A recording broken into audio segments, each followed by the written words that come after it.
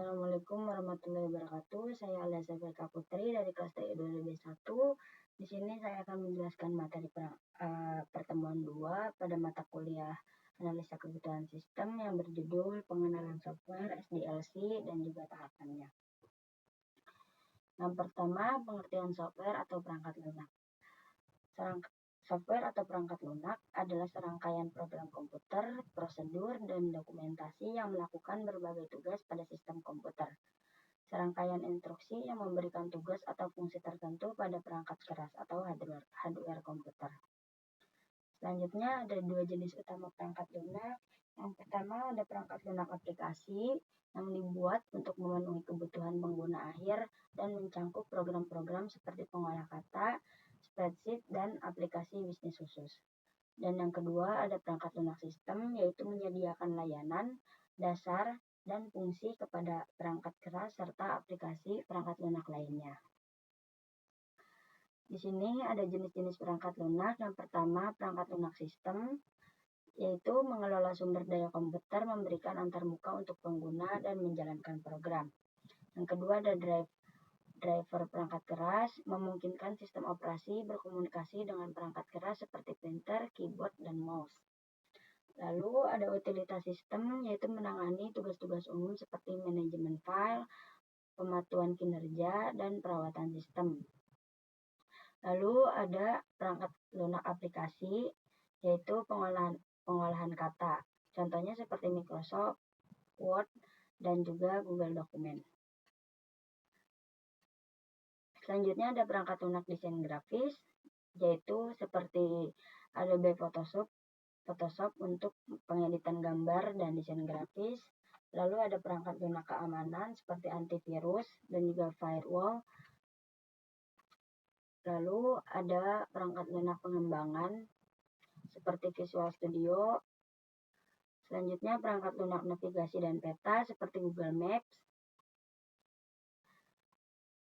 Lalu perangkat lunak database seperti DBMS, seperti MySQL, Microsoft SQL, dan Oracle Database. Selanjutnya ada perangkat lunak hiburan, yaitu Windows Media Player dan juga VLC. Lalu ada perangkat lunak jaringan seperti Google Chrome, Mozilla, Firefox, Microsoft Edge. Lalu ada perangkat lunak sistem cerdas, yaitu seperti Siri, Google Assistant, dan Alexa. Lalu perangkat lunak open source, ada Linux sebagai contoh dari perangkat lunak sistem open source. Di sini ada jenis perangkat lunak menurut cara pengadaannya. Yang pertama ada perangkat lunak proprietary, yaitu perangkat lunak yang dimiliki dan dikontrol oleh perusahaan atau individu tertentu. Contohnya seperti Microsoft Windows, Microsoft Office, dan juga Adobe Creative Cloud. Jenis-jenis perangkat lunak menurut cara pengadaannya. Yang kedua ada perangkat lunak open source. Perangkat lunak yang memiliki kode sumber terbuka dan dapat diakses, digunakan, dan dimodifikasi oleh siapa saja. Contohnya seperti Linux, Apache HTTP Server, Mozilla Firefox, dan juga LibreOffice. Yang ketiga ada perangkat lunak berbayar. Perangkat lunak yang harus dibeli dengan harga tertentu untuk mendapatkan hak penggunaan. Contohnya seperti Adobe Photoshop, AutoCAD, dan QuickBooks. Yang keempat ada perangkat lunak freeware.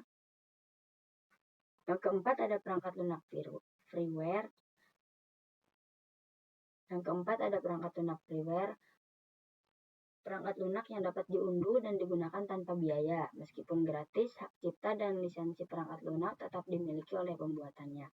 Contohnya seperti VLC Media Player, Audacity, dan juga 7-Zip. Yang kelima, ada perangkat lunak shareware. perangkat lunak yang dapat diunduh dan digunakan secara gratis untuk jangka waktu tertentu. Contohnya seperti WinRAR, IDM, dan yang keenam ada perangkat lunak berlangganan. Perangkat lunak yang diakses dan digunakan oleh pengguna selama periode berlangganan yang telah dibayar. Contohnya seperti Microsoft dan juga Adobe Creative Cloud. Dan yang ketujuh ada perangkat lunak abandonware. Perangkat lunak yang telah dihentikan pengembangannya dan pemiliknya tidak lagi menyediakan dukungan atau pembaruan. Untuk catatan pentingnya, pemilihan jenis perangkat lunak seringkali tergantung pada kebutuhan anggaran dan preferensi pengguna. Memastikan legalitas penggunaan perangkat lunak sangat penting untuk menghindari pelanggaran hak cipta. Mungkin sekian dari saya, kurang lebihnya mohon maaf. Wassalamualaikum warahmatullahi wabarakatuh.